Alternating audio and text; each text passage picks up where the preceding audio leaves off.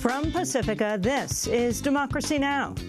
The city manager has accepted Officer Wilson's resignation, and as of yesterday, Officer Wilson is no longer an employee with the city of Ferguson. There is no severance agreement with Officer Wilson and the city of Ferguson. The city of Ferguson will not be making a severance payment to Officer Wilson. As Darren Wilson resigns from the Ferguson police force, protests continue across the country, from shopping malls to football stadiums, over a grand jury's decision not to indict Wilson for shooting dead Michael Brown. You're interrupting Black Friday commerce, specifically to send a very important message, which is that Black Lives Matter. We'll speak with youth activists from Oakland to New York, as well as Professor Michael Eric Dyson, who asks, where do we go after Ferguson? Then to Egypt, where courts dropped its case against former President Hosni Mubarak over the killing of protesters in the 2011 uprising that ended his 30-year rule. All that and more coming up.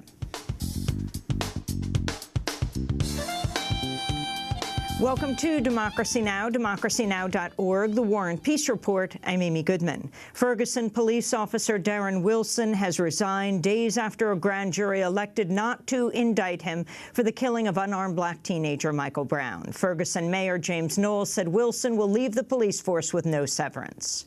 The city manager has accepted Officer Wilson's resignation, and as of yesterday, Officer Wilson is no longer an employee with the city of Ferguson. There is no severance agreement with Officer Wilson and the city of Ferguson. The city of Ferguson will not be making a severance payment to Officer Wilson. Wilson's resignation comes amidst continued protests in Ferguson and around the country over the grand jury decision. Over the past week, there have been demonstrations in more than 160 cities, on public roadways and shopping malls and government buildings. On Saturday, protesters kicked off a 120-mile, 7-day march dubbed the Journey for Justice from Ferguson to Jefferson City, the capital of Missouri. Black Friday was also a day of action as activists staged protests at shopping centers across the country. In St. Louis, 2 malls shut down after protesters staged a mass die-in. In Seattle, police arrested 5 people after protesters marched in 2 malls. At the Pacific Place Mall, activists chain shut 2 doors. At the Westlake Centers, a mass die-in was staged. In New York, 7 people were arrested after a Black Friday action outside Macy's flagship store. A day earlier, 7 others were arrested for trying to disrupt the Macy's Thanksgiving Day parade. On Sunday, demonstrators temporarily shut down part of the busy Interstate 395 highway that runs through Washington, D.C. In Oakland, demonstrators briefly shut down a BART train station by chaining themselves to a train. Members of the National Football League St. Louis Rams also took part in an act of protests ahead of Sunday's football game. A group of players entered the stadium with their hands raised overhead in the hands up, don't shoot pose in a show of solidarity with Michael Brown. The St. Louis Police Officers Associations complained to the NFL, calling for the players to be disciplined. We'll have more on the Ferguson protests after headlines. The Egyptian government says it will not pursue further legal action against former President Hosni Mubarak following a court decision to drop all remaining charges against him. On Saturday, Mubarak was cleared of ordering the killing of hundreds of protesters during the uprising against his regime almost 4 years ago. The decision, which came on a technicality, means he'll walk free after finishing a prison term on corruption charges, possibly within a few months. In a statement, President Abdel Fattah al-Sisi said Egypt must now, quote, look to the future, cannot ever go back. Several thousand protesters gathered in Cairo's Tahrir Square Saturday to protest the verdict, leading to a crackdown by state forces. At least 2 people were killed. We'll have more from Egypt later in the broadcast. Clashes have broken out in Hong Kong after pro-democracy protesters escalated their campaign for free elections. Thousands of demonstrators surrounded government buildings Sunday, forcing their temporary closure. Police responded with pepper spray and raids on the massive street encampment, where thousands have stayed for weeks to seek an open vote for the city leader. France has set a 2-year deadline to recognize Palestinian statehood unless a negotiated solution is reached. The French initiative calls for recognizing the state of Palestine unless Israel agrees to allow Palestinian statehood through negotiations. The French member of parliament who drafted the measure, Elizabeth Hugo, said the aim is to advance the 2-state solution that Israel claims to support. We are not presumptuous to the point of thinking that our resolution will, make peace in the Middle East. But we hope that it will contribute to a movement for peace that says we cannot just continue to be with the statu quo. The statu quo is very dangerous. We want to help also those who in Israel say we must act for a two-state solution. And that's what we want to do as well. The French Parliament is set to hold a formal vote Tuesday. Britain, Spain and Sweden have advanced similar measures over the past 2 months. The militant group Boko Haram has carried out several attacks in Nigeria. Earlier today, a twin blast was reported in the area where dozens were killed in a market bombing last week. This follows an attack that killed at least 120 people Friday at a mosque in the northern city of Kano. Scores were also reportedly killed Saturday when Boko Haram fighters raided a town in Borno State.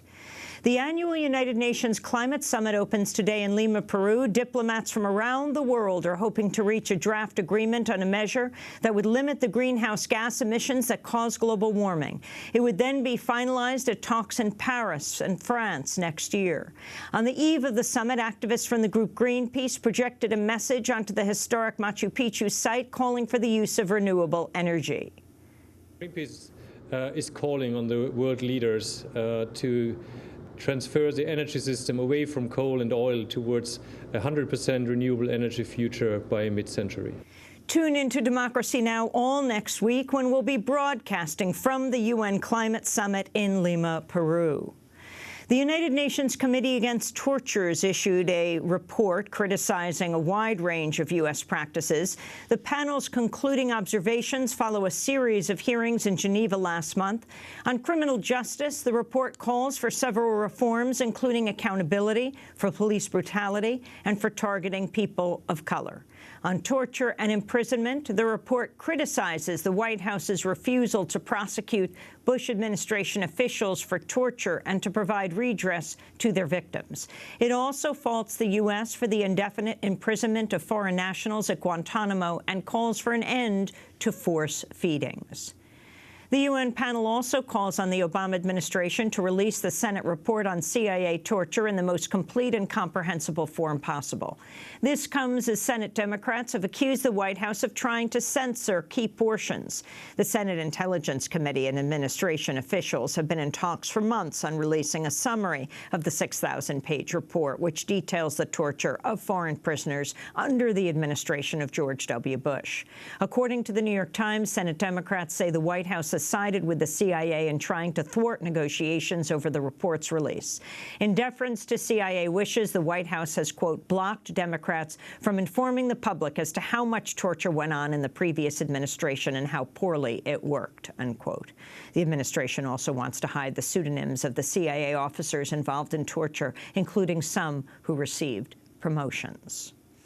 Police in Austin, Texas, have killed a man who opened fire on major downtown buildings. The gunman, identified as 49-year-old Larry McWilliams, fired over 100 rounds at the Mexican consulate, the federal courthouse, and the Austin Police Department headquarters before he was killed. Police say McWilliams also tried to set the Mexican consulate on fire. Former Baltimore Ravens player Ray Rice has won an appeal of his indefinite suspension from the National Football League. Rice was barred in September following the emergence of a video showing him punching his then-fiancée, now wife, in a casino elevator. The NFL has repeatedly said it did not see the video until it was released publicly and that Rice had misled league executives when he was initially suspended for just 2 games. But U.S. District Judge Barbara Jones ruled Rice did not lie or mislead the league. The decision has raised new questions about NFL Commissioner Roger Goodell's handling of the case. Rice is now free to sign with any team. A missing football player at Ohio State University has been found dead of a self-inflicted gunshot wound. Costa George had been missing since Wednesday. He'd a history of concussions as a football player and wrestler and had sent his mother a text message shortly before his disappearance, apologizing for being, quote, an embarrassment as a result of the head injuries. And Walmart workers have held Black Friday protests against the retail giant for a third straight year. Demonstrators with the group Our, O-U-R, Walmart staged protests outside Walmart stores on Thursday and Friday in a call for a $15 an hour wage and stable full-time work hours. Hundreds of people took part in a protest at a Walmart in Washington, D.C. We're here to let Walmart know that, it's not treating its workforce right. It doesn't pay us enough to live on.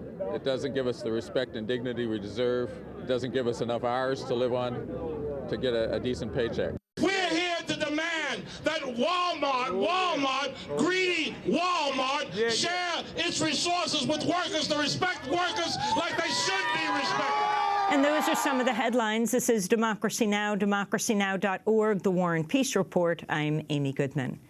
Protests are continuing in Ferguson, Missouri, and across the country over the grand jury's decision not to indict police officer Darren Wilson for killing unarmed black teenager Michael Brown. Wilson resigned from the Ferguson Police Department Saturday. Over the past week, there have been demonstrations in over 150 cities on public roadways and shopping malls and government buildings. On Saturday, protesters kicked off a 127-day march titled Journey for Justice from Ferguson to Jefferson City, the capital of Missouri. This is NAACP President Cornell William Brooks. It's a matter of turning anger into action, funneling that anger, and bringing about justice. That's what we're seeking to do here. So we're marching from Ferguson to Jefferson City, from Mike Brown's hometown to the hometown of the governor. This is a nonviolent march. It is a peaceful march. And we're looking to enlist and engage people of goodwill all across Missouri, all across this country. Black Friday was a day of action as activists staged protests in shopping malls across the country. In St. Louis, 2 shopping malls shut down after protesters staged a mass die-in. In Seattle, police arrested 5 people after protesters marched in 2 shopping malls. Activists chained shut 2 doors at one mall and staged a die-in at another. In New York City, 7 people were arrested after a Black Friday action outside Macy's flagship store. A day earlier, 7 others were arrested for trying to disrupt the Macy's Thanksgiving Day parade. Sergio Azurin took part in the Macy's Black Friday protest.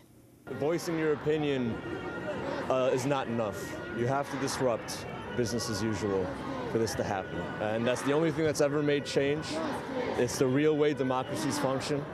And so we're here on the busiest shopping day of the year, one of the commercial centers of the world, to remind people that lives matter before profit. You can't have profit without lives. In Oakland, California, demonstrators briefly shut down a BART train station by chaining themselves to a train. 14 people were arrested. Molly Costello is director of the Alan Bluford Center for Justice. We are interrupting Black Friday commerce specifically to send a very important message, which is that Black lives matter. We want to send this message in the wake of the decision to not indict with the Ferguson verdict, not indict Darren Wilson, the cop who killed Mike Brown. We're sending the message that his life matters, all Black lives matter, and that it's not up to the cops to decide differently. On Sunday, demonstrators temporarily shut down part of the busy Interstate 395 highway that runs through Washington, D.C. Members of the St. Louis Rams also took part in an act of protest. Ahead of Sunday's football game, a group of players entered the stadium with their hands raised overhead in the hands-up, don't shoot pose in a show of solidarity with Mike Brown. Protests are expected to continue today. The group Ferguson Action has called for a nationwide protest walkout at schools and places of business at noon Central Time. We're joined now by 2 guests who are in the streets this weekend. Alicia Garza is co-creator of Black Lives Matter, one of the 14 people arrested for shutting down the BART transportation system on Black Friday. She's also the Special Projects Director at the National Domestic Workers Alliance. Dante Barry is with us, organizer at Center for Media Justice and Million Hoodies. He participated in last week's actions in New York to shut down the FDR Drive and the Lincoln Tunnel, as well as the Black Friday protests at Macy's. We welcome you both to Democracy Now! Dante, let's begin with you right here. Talk about what happened on Black Friday. So a group of organizations, Million Hoodies, Rockaway Youth Task Force, some students from Columbia University and Alpha Phi Alpha fraternity put together a protest in response to Black Friday. It was called Blackout Black Friday. And we're targeting Macy's, the largest shopping center in New York City, and also has a history of racial profiling around Black people. We were targeted and we shut down Herald Square, Times Square, had about 1,500 folks that turned out just for this one action at 1 p.m. About 7 arrests, and it was amazing to see so many folks that come out and really ready to turn things up. And Alicia Garza on the other coast in California, what were you doing in Oakland? We shut down the West Oakland BART station. Our intention was to shut it down for 4.5 hours, which is both the amount of time that Mike Brown's body lay on the street after he was killed by Officer Darren Wilson, and also it represented 4 hours and 28 minutes. 28 minutes represents how every 28 hours a Black person in this country is murdered by security officers, police officers, or vigilantes. How do you go forward from here? What are the plans of protest organizers like you, Alicia? Well, our plan is to continue to elevate the message that Black Lives Matter and that all Black lives matter.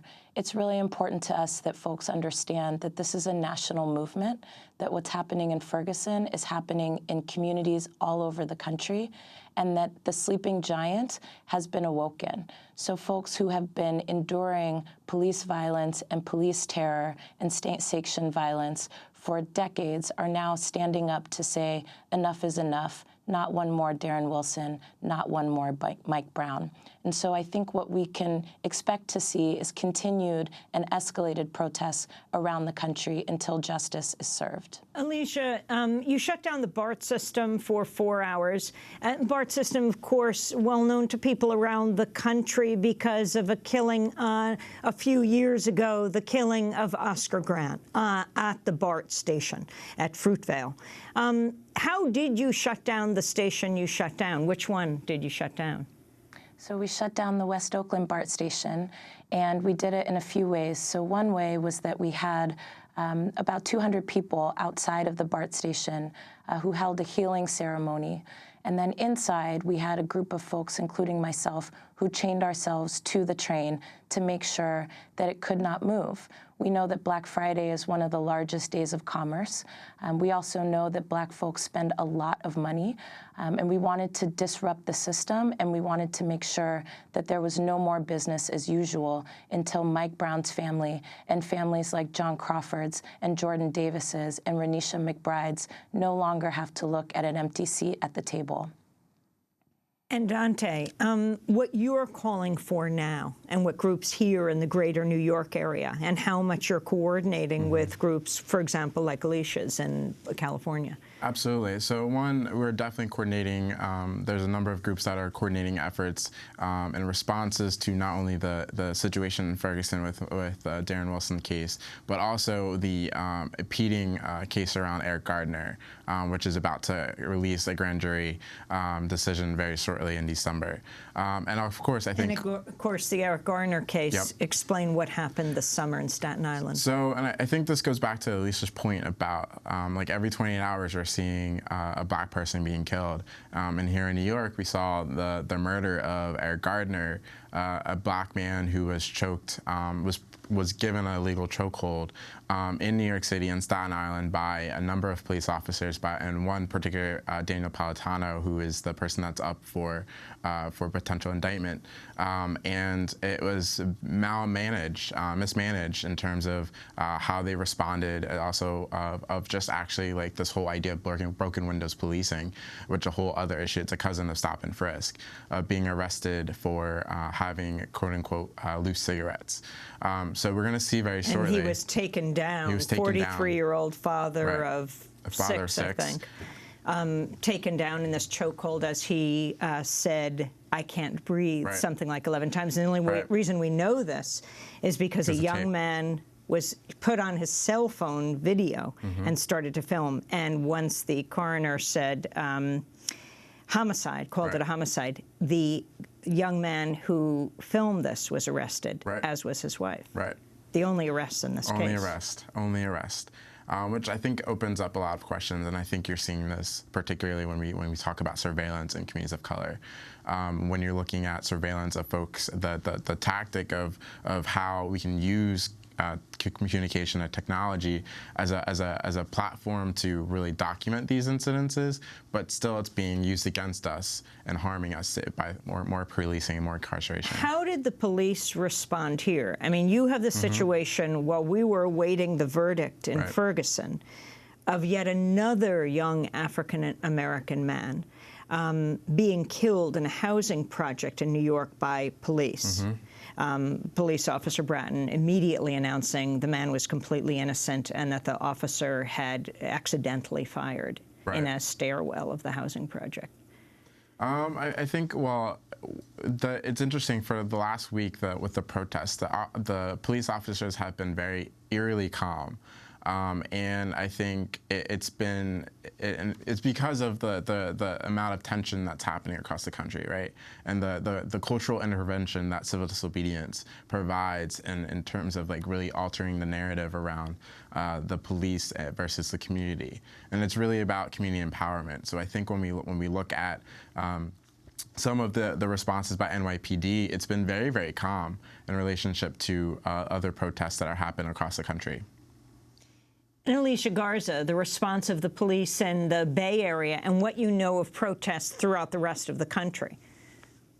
Well, what I know is that for the last 108 or so days, that police have been faced with escalating protests and that police have acted differently in different places. I know for us in Oakland, we were greeted by riot cops. And there was a group of 14 of us, right?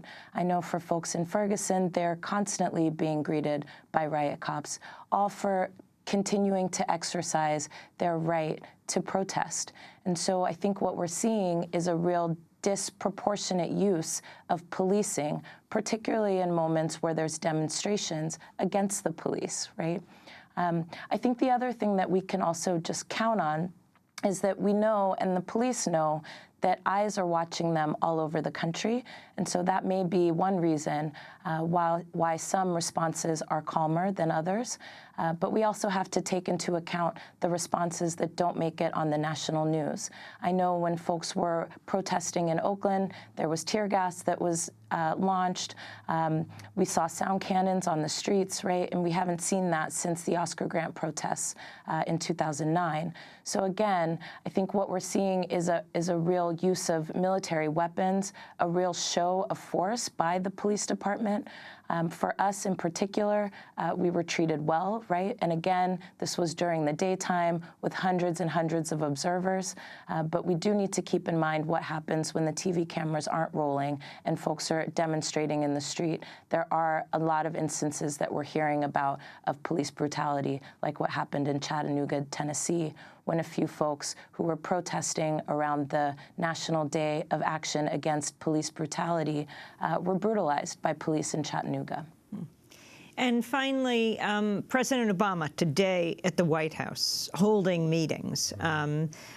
They're going to be evaluating the program where they give military equipment to towns and cities, police departments, and also talking about the issue of distrust between law enforcement and communities of color. What are your thoughts about this and overall President Obama's response as well as Eric Holder again going around the country to deal with this issue? Well, first I'll say that the president's response has been weak up until this point, and I think as I mentioned before, the cultural intervention that civil disobedience and the act of resistance is providing is building momentum all across this country, and I think that the president and the White House are hearing and seeing that momentum.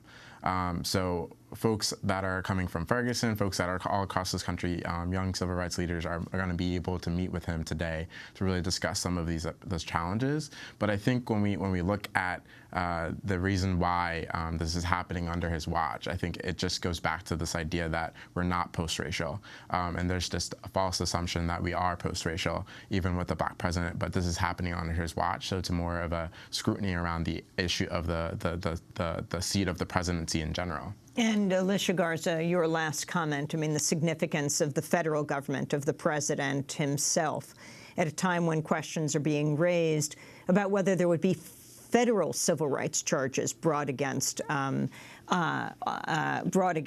officer, many saying it's unlikely. I think it is unlikely, and unfortunately, I think that we need to see our president and our attorney general take aggressive action to make sure that lives are protected. In communities like Ferguson and communities like Oakland, we've seen a stunning lack of response by our federal government by way of intervention in the tragedies that are happening across the country. And of course, we would love to see President Obama and U.S. Attorney General Eric Holder step up even more. I know that folks are calling for a national plan of action to be implemented, and we support that demand 100%. We want to see more aggressive intervention from our president and from our U.S. Attorney General, not in the form of tanks and riot gear, but in the form of legislation and policy that addresses systemic inequities that are based on race in our country. We can no longer ignore that racism permeates every system within our society. And until we address those issues, protests and uprisings will continue around the country. So we do call on President Obama and Eric Holder, not just to hold closed-door meetings, but in fact to continue to empower the young leaders that are showing us all how it is that we change society, one heart and one mind at a time. Alicia Garza, I want to thank you for being with us from Oakland, co-creator of Black Lives Matter, and Dante Barry here in New York, organizer at the Center for Media Justice. This is Democracy Now! When we come back, we'll be joined by Professor Michael Eric Dyson, who asks, where do we go from Ferguson? Stay with us.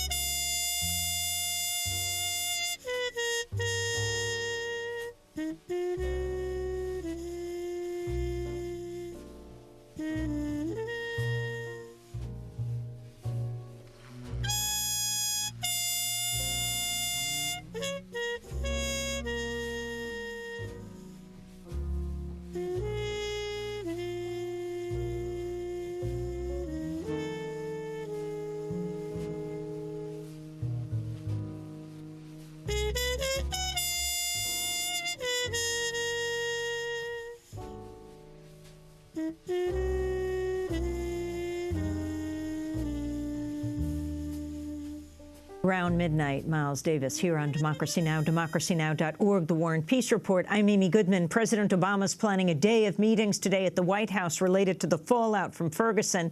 He'll first meet with his cabinet to discuss the results of a review of federal programs that provide military-style equipment to state and local enforcement agencies. Obama's also invited younger civil rights leaders for a meeting today to discuss what one official described as, quote, the broader challenges we still face as a nation, including the mistrust between law enforcement and communities of color. Also today, Attorney General Eric Holder's heading to Atlanta to speak at the Ebenezer Baptist Church, where Martin Luther King Jr. once preached. Holder's visit is part of the White House strategy to strengthen relationships between police and the communities they serve. We go now to Washington, D.C., where we're joined by Michael Eric Dyson, University Professor of Sociology at Georgetown University. His piece for the New York Times this weekend was titled, Where Do We Go After Ferguson? He's author of a forthcoming book on President Obama and race. Professor Michael Eric Dyson, welcome back to Democracy Now! What was your response to the verdict? I call it a verdict. It's actually a grand jury decision last week, but it seemed like a verdict. It seems that you had a grand jury that actually conducted a trial for one side of the case. The other side, Mike Brown, dead. Absolutely. And we decry when cases of flagrant violation occur in other countries. We are upset when we think due process is not acknowledged. We are outraged when we think that people don't have access to evidence and able to defend themselves, or at least people who are concerned about the case defend a particular point of view. We had a full-on trial, except we didn't have anybody defending Mike Brown or his memory or his point of view. We had no testimony that was put forth by a defense lawyer that might have repudiated several of the things that Officer Wilson said. And then we had a prosecutor who was acting as a defense attorney for Officer Wilson. And there's a sad, tragic predictability about what happened, because Robert McCulloch, the prosecutor, has never brought a case against a police person who has been accused of killing a black person there in the area. So when you put all that stuff together, it was a toxic brew. It was predictably something that would end in an unsatisfying verdict, because it was a trial. And I think this underscores the inability of people of color to get our viewpoints across. It is not simply a matter of mistrust or distrust. You know, when somebody's abusing a child, you don't say, let's develop trust between a parent and a child. You remove the abusive parent, give them some parenting skills and lessons, or at the very least prevent them from imposing further abuse on that child.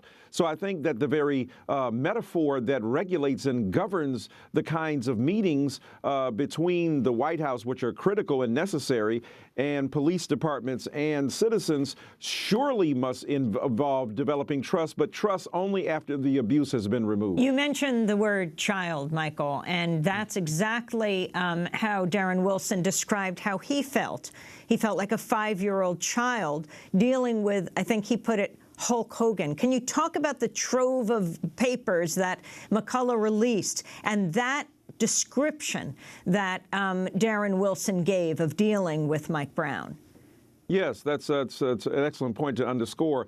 Mike Brown was 6'4", and 292 pounds. Officer Wilson is 6'4", 210 pounds. So you are hardly a child against a Hulk Hogan. Look at what's being reinforced here. The brawny, blustering, as Ann Petrie put it, you know, behemoth, this big black man, 18 years old, this big black man, who was rising up in the collective imagination of America and in Officer Wilson's sight as some kind of demonic force. He literally used the word demon. It was a demon. It looked like a demon coming at me. He's reduced him to a thing. He's made him an animal or less. He's made him a figment of not only his imagination, but the collective imagination of America that has been fearful of the black male threat. When you put all that stuff together, from pop culture, from deep religious and scientific treatises in the early part of the 20th century that were completely and thoroughly racist, then you've got a tremendously difficult problem on your hand. And that is to say, how do black people protect themselves, not against simply the bullets of a police officer, but the metaphors, the stereotypes, the tropes that operate in that police officer's imagination that are equally lethal, because they lead to trigger happy cops, or at least hair trigger decisions where cops end up believing that they must use lethal force to contain a threat that's not even real, or if there is a real threat, resort to the most lethal form of resolution of the conflict, as opposed to trying other things like driving away, like using mace, like tasing, like calling for help and the like. So when we think about all of this, this is the dehumanization of African American people. This is the failure to recognize our fundamental rights to exist in the state. And this is using state authority to legally execute black people on the streets of America. Professor Dyson, I wanted to go to that exclusive interview with ABC News' George Stephanopoulos last week that Officer Darren Wilson gave, breaking his silence about the shooting of Mike Brown. Is there anything you could have done differently that would have prevented that killing from taking place? No. Nothing? No. And you're absolutely convinced, when you look through your heart and your mind, that if Michael Brown were white, this would have gone down in exactly the same way? Yes. No question? No question. Stephanopoulos also asked Darren Wilson whether the killing of Michael Brown would always haunt him.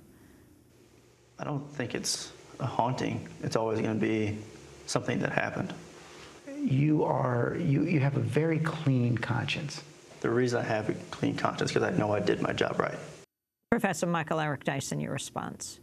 Well, this is disturbing. First of all, even people, men of war, women of war, who feel that they are executing their duly sworn responsibilities have a sense of shame or guilt, or at least some kind of disturbing emotion that makes them regretful of having to do what they think they have to do. This man has a clear conscience because he is conscienceless when it comes to executing his responsibilities in the face of, black humanity, denying black humanity, refusing to acknowledge that there were alternatives available to him, and then feeling a kind of dispassion, a kind of clinical distance from the event, as if it was somebody else doing it. And the reason he is not bothered by it, because I think that this man has been reared in a culture that has taught him the lack of respect for black lives. That's why the Black Lives Matter is important. And let's not forget, 30 for 30, the ESPN documentary series, did one of their documentaries on, I think it was a football team from Ferguson,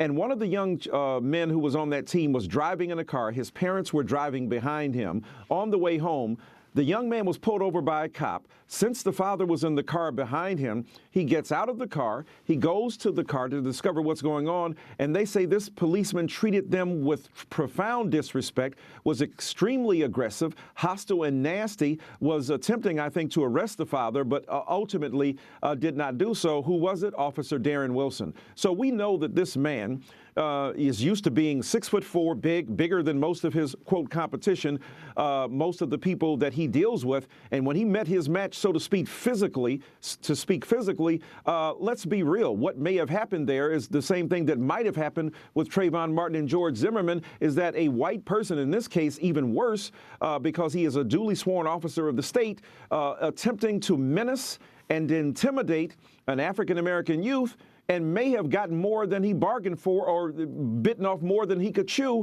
and as a result of that, withdraws his gun from its holster or wherever it was planted, and then shot this boy mercilessly. And then even on the streets, despite what he testified to, there are so many other witnesses that suggest that Mike Brown's hands were up.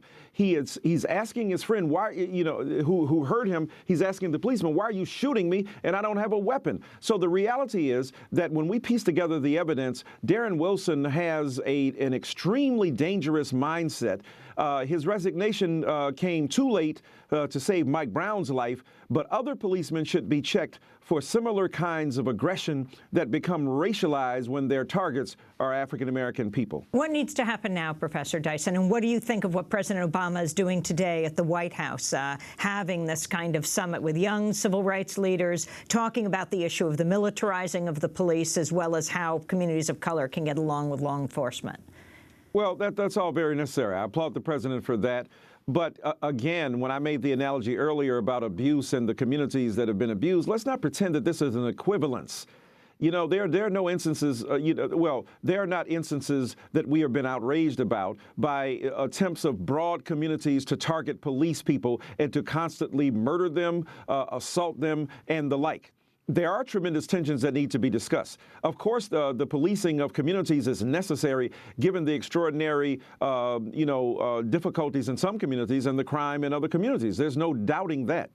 But to simply say, let's develop trust, the trust rests upon what? Resolution of conflict, of negotiating differences, and informing the police that they cannot be occupying forces in these African-American and Latino communities and in these poor areas. So it's, it's a matter of not only developing trust because we have to understand each other, we also have to tamp down on the lethal ferocity of police departments that have been over-militarized, under-trained when it comes to dealing with people of color, refusing to acknowledge their humanity, and that thin blue line that ostensibly separates police people from so-called civilian society has often been blurred, and the erratic and I think often dangerous practices of rogue cops or cops who don't have enough sensitivity about the humanity of people of color and others needs to be raised. So it's a good first step. But I think just like the Kerner Commission was convened by President Lyndon Johnson while the flames of Detroit,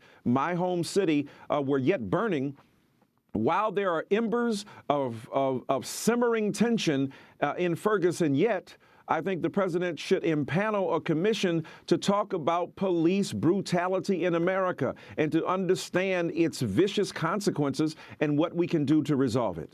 You really got into it with former New York City Mayor Rudy Giuliani on Meet the Press last week when he talked about the problem of police violence, he said, was a distraction from the real problem of black-on-black crime. It starts with Giuliani. I find it very disappointing that you're not discussing the fact that 93% of blacks in America are killed by other blacks. We're talking about the exception here.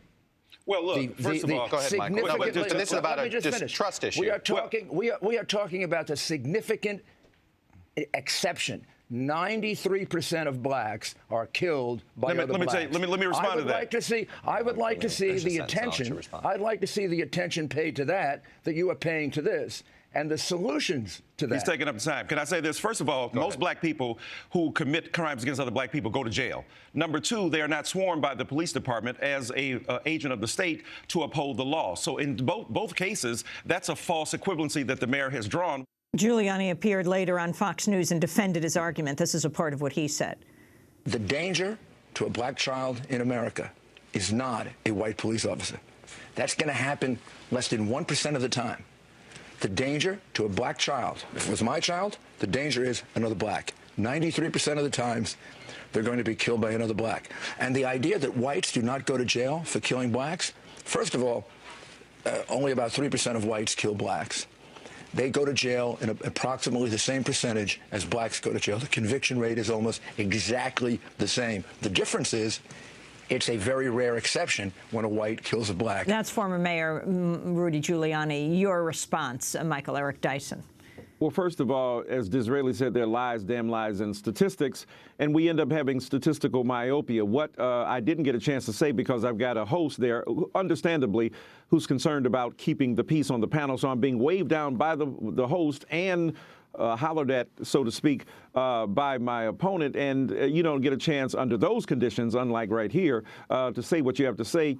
One of the things that is necessary to say is that 84% of white people who are killed are murdered by other white people. Why aren't we outraged by white-on-white crime? Why aren't we talking about the vicious and insidious decline of moral stature in white America? Why aren't we talking about pathologies of white culture that lead to meth labs being generated on campuses, or the decline in moral imagination as exhibited in pop stars who are decried from pulpits across America in white culture? So we could develop a kind of, tablet of demonology against white America, which would be ridiculous, because the problem is deeper and more profound than that. Intra-racial violence from, in groups is endemic in America. So people kill where they live. They commit crime where they live.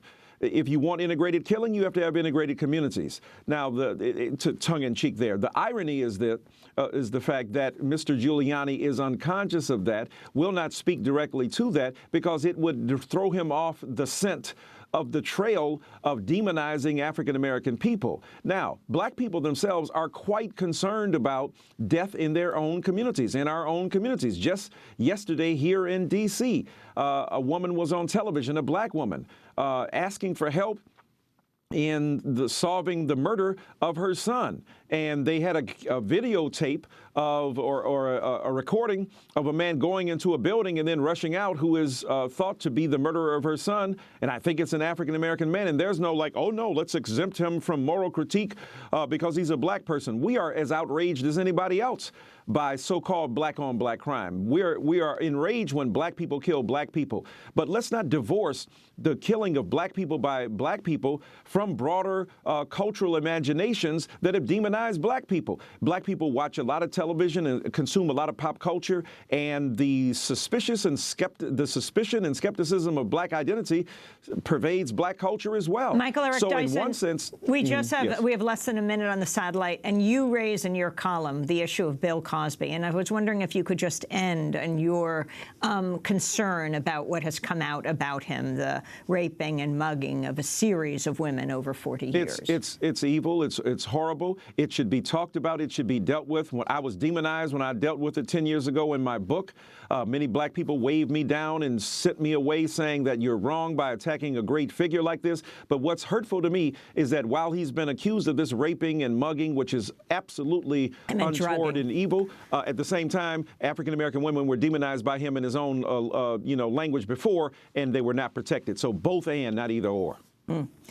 Well, Michael Eric Dyson, I want to thank you very much for being with us, University Professor of Sociology at Georgetown University. We'll link to your piece in the New York Times, Where Do We Go After Ferguson? When we come back, we go to Cairo, Egypt, to talk about the dropping of charges against former President Mubarak. Stay with us.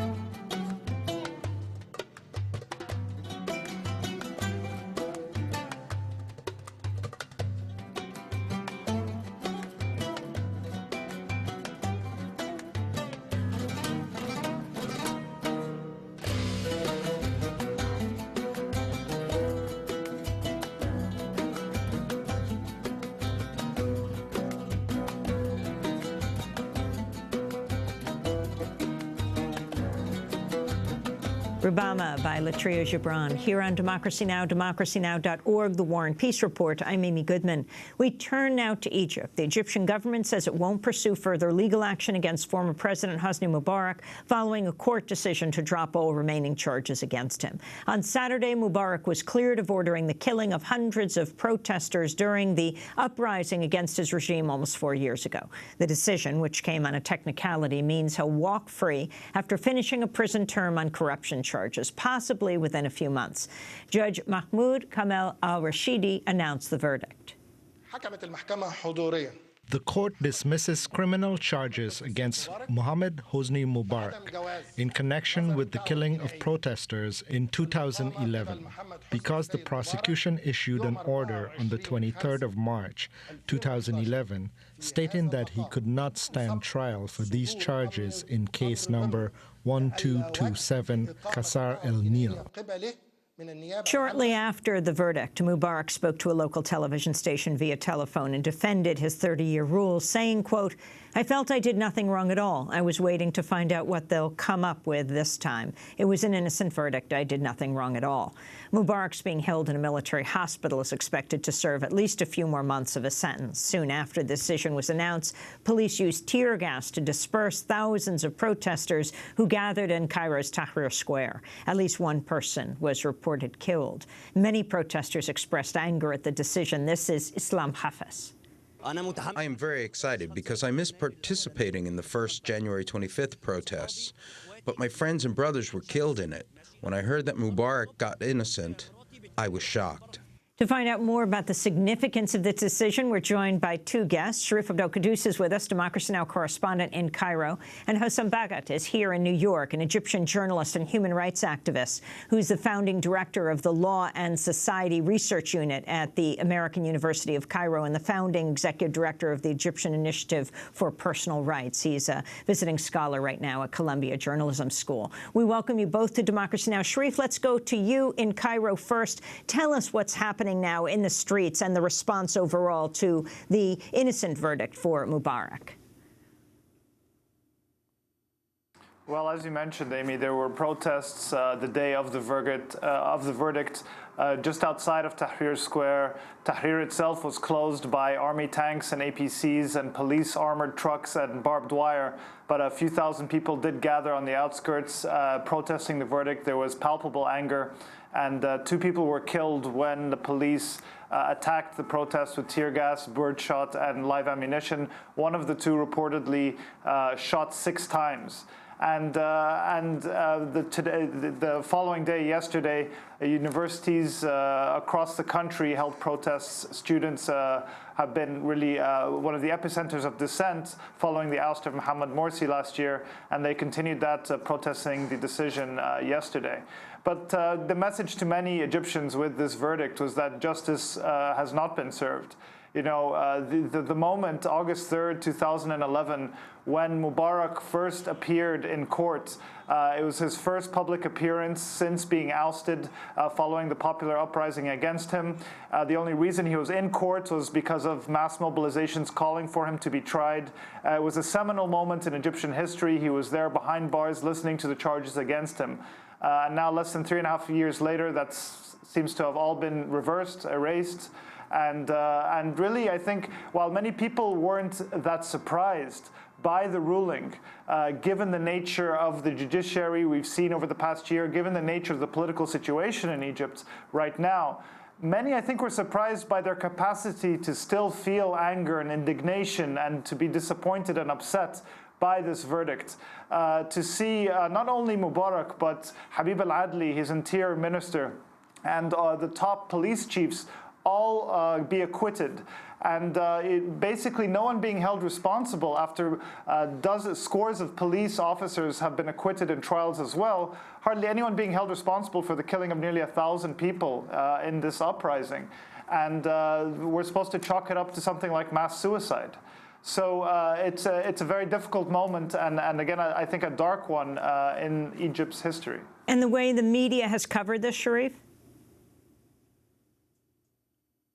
Well, there's been a surprising reaction, actually. A lot of the media, there's been, even within sympathetic channels that are sympathetic to the Sisi regime, newspapers, there's been a lot of anger about it as well. The main refrain that we've been hearing is, so who's the killer?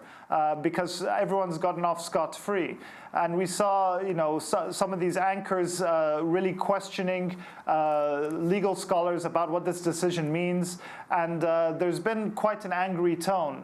But, you know, Mubarak is fair game for most people. It's safe for a lot of these anchors to speak out against him.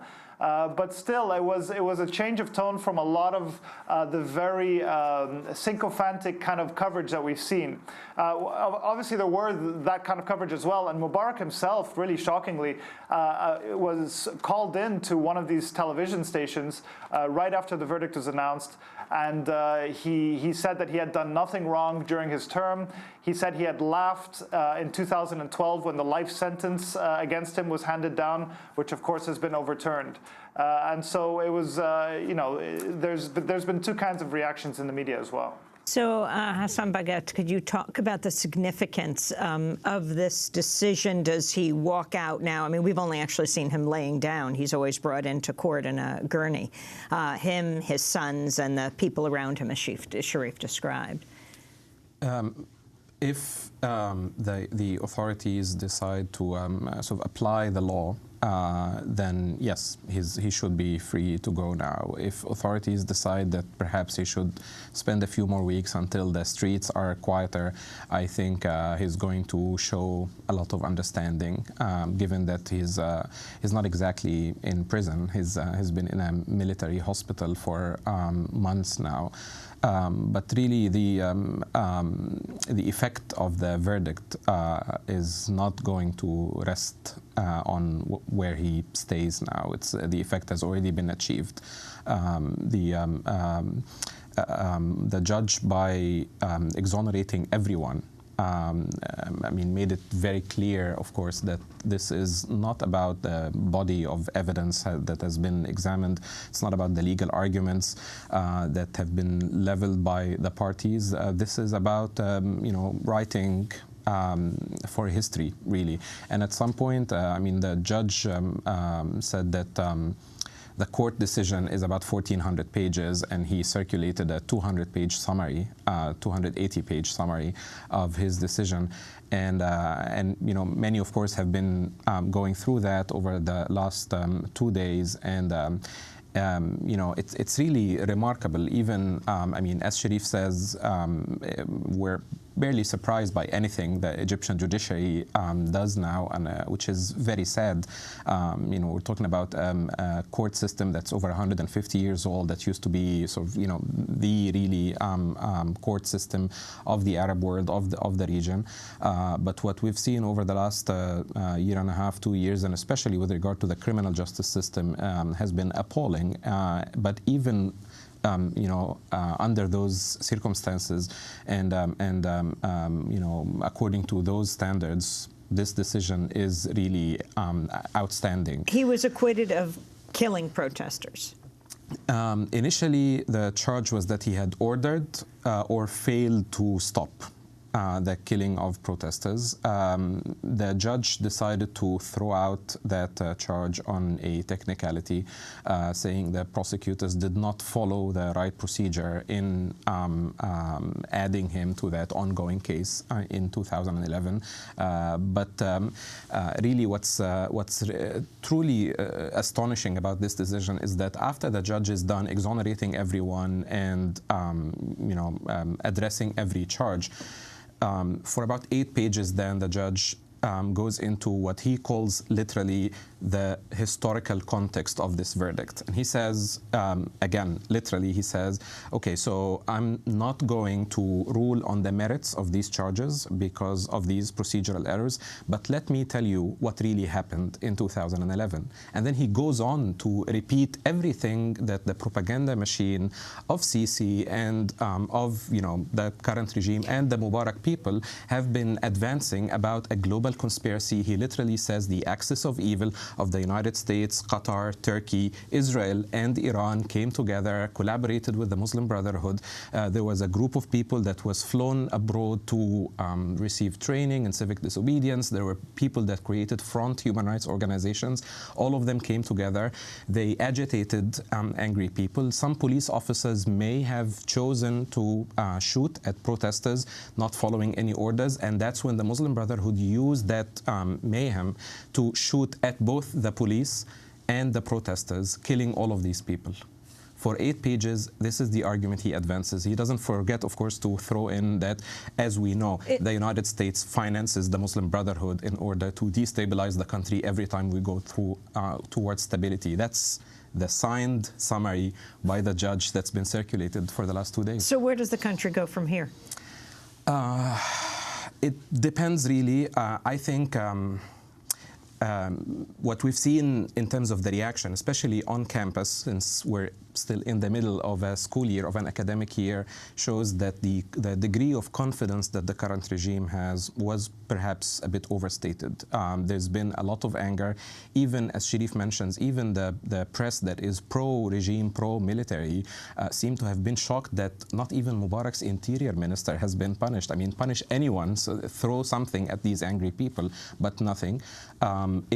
We may see one last appeal by the public prosecutor if they decide to appeal these not guilty sentences, in which case the next trial is going to be conducted by the country's Supreme Court, the Court of Cassation. We just have 20 seconds. Sharif, the response in the streets and the protests in Tahrir, what this means for the movements for democracy. Well, there's very little space for any kind of dissent, any kind of opposition right now in Egypt. You risk years in prison, you risk your life by going down on the street. The students seem to be the last epicenter of dissent, and that's continuing. But we'll have to wait and see how this goes forward. And this really portrays an alarmingly selective justice system in Egypt. The day after this ruling, 25 Muslim Brotherhood leaders got 3 years in prison for chanting in a trial. And you know, a week before, 78 minors got 2 to 5 years in prison for protesting. We have the leaders, the most prominent activists of the revolution. Sharif, we're going to have to leave it there. Sharif Al-Qudus and Hassan Baghdadi, thank you so much for being with us. I'm Amy Goodman. Thanks for joining us.